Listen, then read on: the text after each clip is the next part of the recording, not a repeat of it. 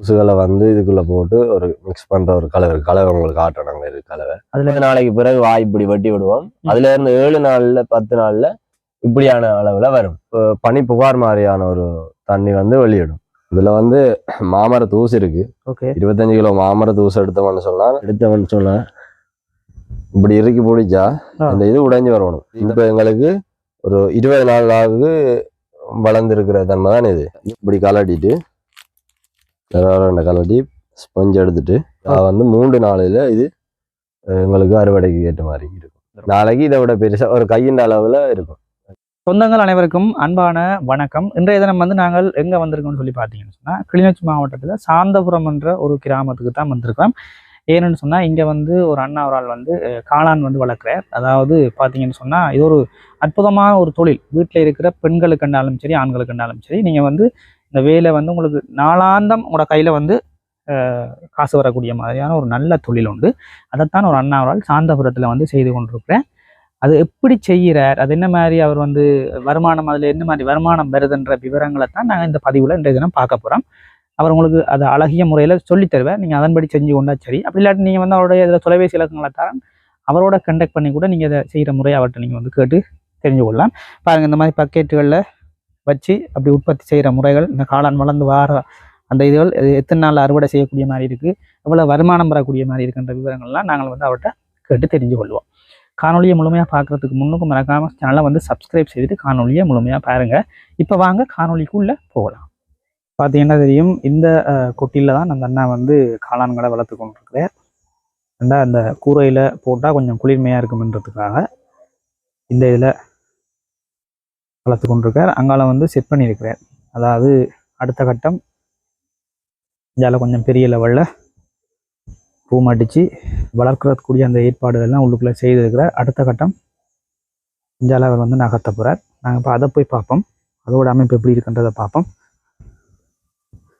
போகிறதுக்கு முன்னுக்கு இந்த காலை வந்து கழுவிட்டு போகணுமா, அந்த கிருமிகள் இருந்து பிரச்சனைகள் இருந்துன்னு சொன்னால் அது கொஞ்சம் நல்ல கால்களை கழுவி கொள்வோம்.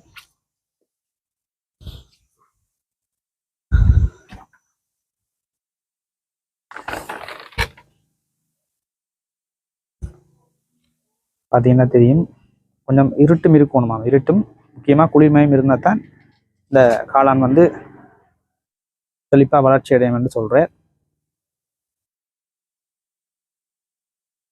அண்ணா சொல்லுங்கண்ணா, இதுக்குள்ள என்ன வச்சிருக்கீங்க, இது எப்படி வந்து உற்பத்தி செய்யறன்ற விவரங்களை கொஞ்சம் சொல்லுங்களேன். இது வந்து சிப்பி காளான்னு சொல்ற ஒரு ரகம். சரி, சிப்பி காளான் வந்து இது கட்டாயம் வந்து இது இருட்டறையான ஒரு ரூமுக்குள்ள இருக்கணும். ஓகே. இது வந்து மாமரம், பலாமரம், ரப்பர் மரம் இப்படியான மரத்தூசுல வந்து நாங்க இதை செய்யறோம். மரத்தூசு இருக்கு தானே, மரத்தூசுகளை வந்து இதுக்குள்ள போட்டு ஒரு மிக்ஸ் பண்ற ஒரு கலவை உங்களுக்கு காட்டணும்.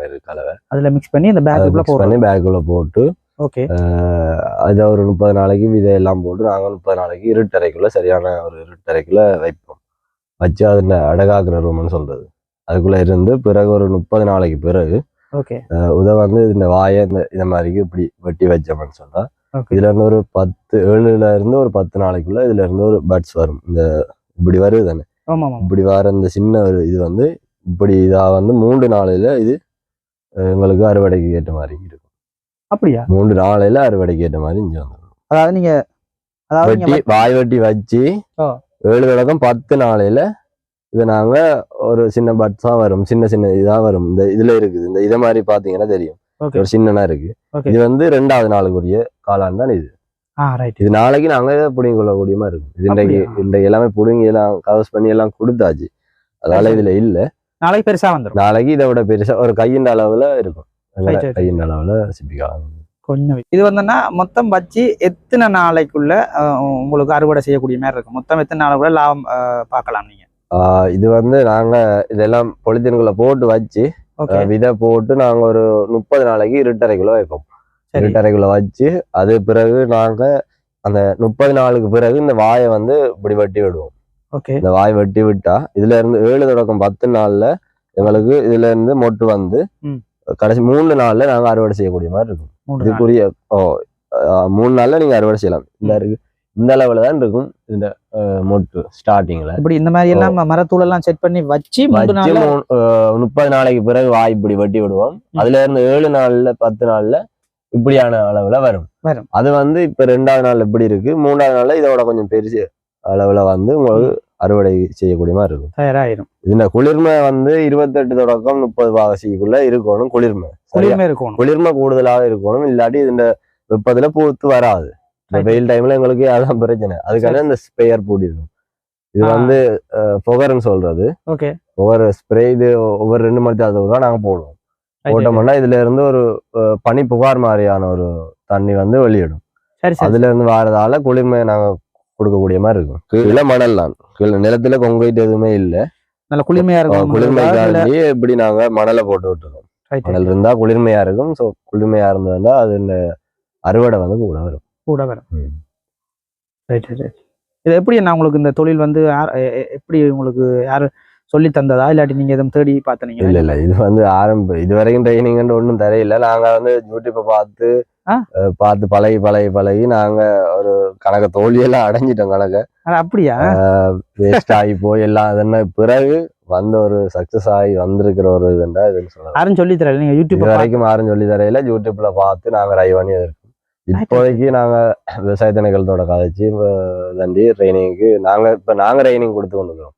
மற்றவங்களுக்கு இங்க இருந்து மற்றவங்களும் நாங்க ட்ரைனிங் கொடுக்குறோம். யாரா இருந்தாலும் ட்ரைனிங் வரண்டாலும் வரலாம், தாராளம். அது எந்த பிரச்சனையும் இல்லை. கண்டிப்பா. வீட்டுக்கு வந்து செய்தாருந்தாலும் நாங்க செய்தரோம். ஒரு குறிப்பிட்ட ஒரு கலவை போட்டு நாங்க வீட்டிலேயே வந்து உங்களுக்கு செய்தாரதுக்குரிய ஏற்பாடும் நாங்க செய்தலாம். நல்ல விஷயம். தெரிஞ்ச விஷயத்த 4 பேருக்கு சொல்றது, சொல்லி தரது எந்த இதுவும் இல்லை.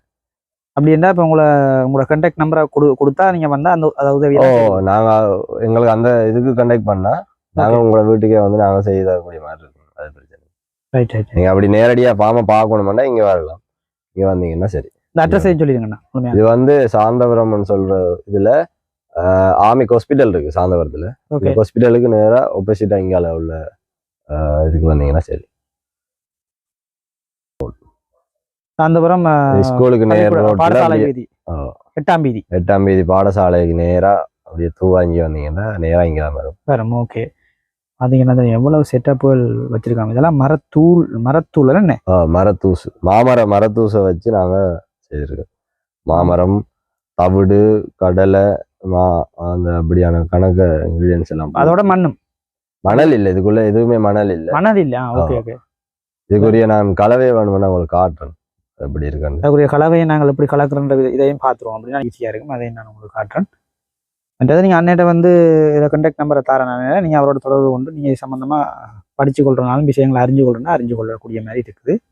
பிரச்சனை இல்லை. ரைட். இதுக்குள்ளே இருக்கிற அமைப்பு இதுதான். நாங்கள் இப்போ அடுத்த கட்டம் வந்து வெளியில் போய் இந்த பகுதி கொஞ்சம் இருட்டாக இருக்கும். இருட்டுத்தான் இதுக்கு சரி. என்னண்ணா இருட்டாக இருக்கணும், கட்டாயம் இருட்டாக இருக்கணும். அதனால கிளாஸ் ரூமுக்குள்ளே லைட் இருந்தாலும் இருட்டு இருந்ததுன்னா காற்றோட்டமும் இருட்டும் கூடுதலாக இருக்கணும் தான் அந்த இது. ரைட். அதுக்குரிய செட்டப் நாங்கள் அங்கால செய்திருக்கோம். வேணும்னா அதை ஃபுல்லாக பார்க்கலாம். சரி, அங்கால போய் அடுத்த செட்டப்புகளை நாங்கள் பார்ப்போம்.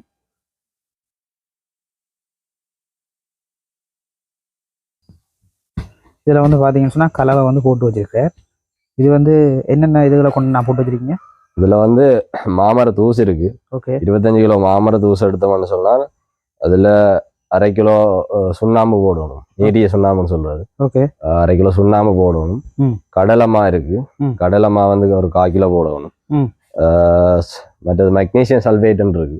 மெக்னீசியம் சல்ஃபேட்டை போட்டு அதன் இது தண்ணியில கரைச்சி நாங்கள் விடுவோம். அதாவது 50 கிராம்ல இருக்கும். 50 கிராம் மெக்னீசியம் சல்ஃபேட்டை தண்ணியில கரைச்சி ஊற்றுவோம். தண்ணியில கரைச்சி ஊற்றி மற்றது தவிடு இருக்கு. தவிடு 2.5 கிலோ கட்டாயம் போடுவோம். போட்டு இவ்வளோத்தையும் மிக்ஸ் பண்ணி பதம் வந்து இந்த இப்படி ஒரு புட்டு இருக்கு தானே, புட்டு இப்ப நாங்க இன்னும் குழைச்சி கொண்டு இருக்கிறோம். இப்படி குழைச்சி எடுத்தவன்னு சொன்னா இப்படி இறுக்கி பிடிச்சா இந்த இது உடைஞ்சு வரணும். இந்த பதத்துல இருக்கணும். இந்த கலவை இப்படி பிடிச்சிட்டு விட்டீங்கன்னா 2 உடையணும். அது சும்மா தூள் மாதிரி இப்படி கொட்டிடக்கூடாது.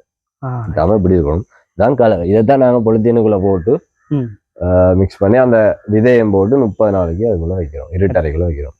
30 நாளைக்கு வச்சு பிறகு 7 நாளுக்குள்ள அது நீங்க பார்த்த அந்த இதை வெட்டி வச்சுக்கோங்க. 30 நாள் வச்சு பிறகு நாங்க வெட்டி வச்சிருக்க அந்த பேக்கெட் இருக்குதானே, அதுதான் அந்த 30 நாளைக்கு பிறகு வெட்டின பேக்கெட். அதுக்குள்ள இருக்கிற பேக்கெட் நாங்க ஆல்ரெடி இப்ப வளர்ச்சி அடைஞ்சு கொண்டு விதை போட்டு வளர்ச்சி அடையுதானே 2.5 கிலோ, அந்த வளர்ச்சி அடைகிற பேக்கெட் நாங்க காட்டணும். சரி, அதையும் பார்ப்போம். இந்த பகுதி அடுத்த கட்டம் ஒழுங்குபடுத்தி கொண்டிருக்கிறாருன்னா இதுக்கெல்லாம் இனி அடுத்த கட்டம் வந்து வளர்க்க போறாரு கொஞ்சம் பெரிய லெவலில் பார்த்தீங்கன்னா இதான் அந்த இது என்னன்னா இதான் வந்து நாங்க அந்த கலவையை போட்ட கலவையை விதை போட்டு வச்சிருக்கோம். இது விதை போட்டு வைக்கும். விதை போட்டா இது ஒரு பங்கஸ் வந்து வளர்ந்து போறதுக்குரிய 30 நாளைக்குரிய தான் அடகாக்குற ரூம்ல வைக்கிறோம். சரி. இது போட்டு விதை ஒரு 5 நாள் ஆயிருக்கு இந்த விதை போட்டு. இது இப்படி வாரது இது இப்ப எங்களுக்கு ஒரு 20 நாள் ஆகுது வளர்ந்து இருக்கிற தன்மை தான் இது. இது ஃபுல்லாவே வளர்ந்துட்டுது. வளர்ந்து வந்து ஃபுல்லாவே வளர்ந்ததுதான் இந்த வைட்டா இருக்கு. ஃபுல்லாவே வைட்டா இருக்கிறது ஃபுல்லா வளர்ந்துட்டுது. இது நாங்க இனி வெட்டி வைக்கக்கூடிய மாதிரி மேலால இந்த வாயை வெட்டி வைப்போம். அப்படி இல்லாட்டி இதை இப்படி கலட்டிட்டு கலட்டி ஸ்பஞ்ச் எடுத்துட்டு இதை இப்படியே வச்சு விட்டாலும் இதுல இருந்து பட்ஸ் வந்து வரக்கூடிய மாதிரி இருக்கும். அப்படி இல்லாட்டி நாங்க வாயை வெட்டிட்டு வச்சு தண்ணி ஸ்ப்ரே பண்ணக்குள்ள அதுல இருந்து ஒரு 7 ல இருந்து 10 நாள்ல இதுல இருந்து அறுவடை வரும். சூப்பர் விளையாட்டு தான்.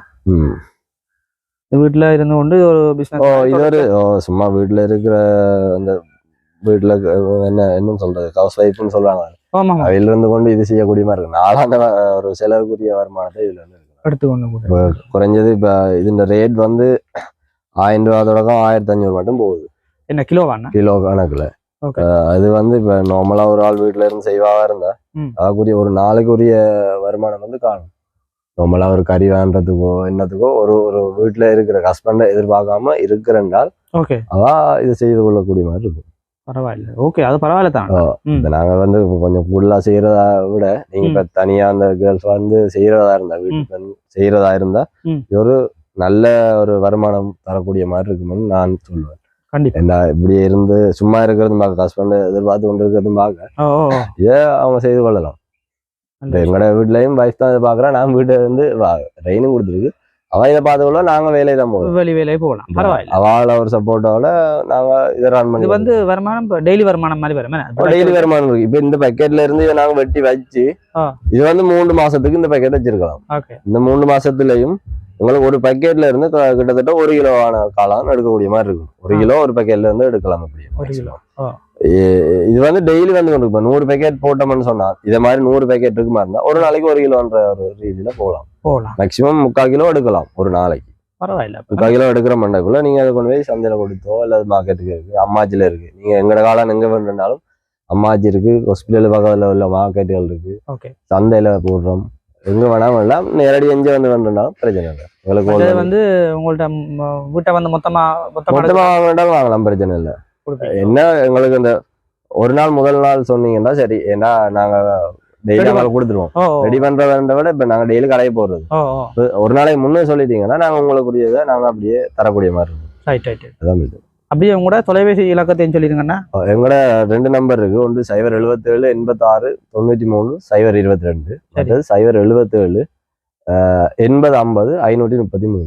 அவர் சொன்ன அண்ணன் சொன்ன அந்த தொலைபேசி இலக்கத்துக்கு நீங்க வந்து அழைப்பு ஏற்படுத்தினீங்கன்னு சொன்னா அண்ணன் வந்து உங்களுக்கு சம்பந்தமான முழு விளக்கமும் உங்களுக்கு நீட்டா சொல்லி தருவார். மற்ற நீங்க அவர்கிட்ட காளான் எடுக்கிறனாலும் நேரடியாக வந்து கொள்வனம் செய்து கொள்ளலாம். நீங்க இல்லாட்டி தொலைபேசியில அழைப்பெடுத்து உங்களுக்கு காளான் எவ்வளவு வேணும்னு சொன்னாலும் நீங்க கொடுக்கக்கூடிய மாதிரி இருக்கு. சரி அண்ணா. சரி. ஓகே. மற்றொரு காலையில் சந்திப்போம். என்ன? ஓகே. நன்றி சொல்லிவிடுங்க. நன்றி.